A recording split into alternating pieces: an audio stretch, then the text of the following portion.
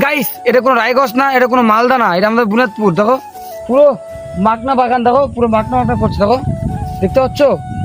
তোমরা ভাবছো এটা রায়গঞ্জ, রায়গঞ্জ একটা ভাইরাল জায়গা আছে, কিন্তু আমাদের বুনিয়াদপুরে এটা ভাইরাল জায়গা তোমরা করে দাও। এসো এসে ছবি তুলো, জায়গাটা দেখো, দেখতে পাচ্ছ?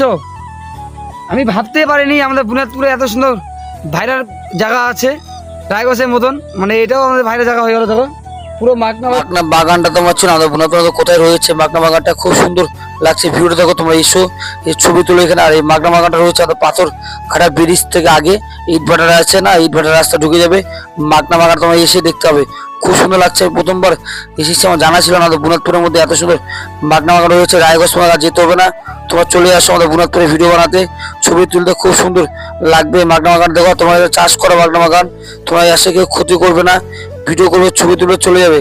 এটা চাষ করা বলছি, কেউ ক্ষতি করবে না, ক্ষতি করলে গালাবে কিন্তু।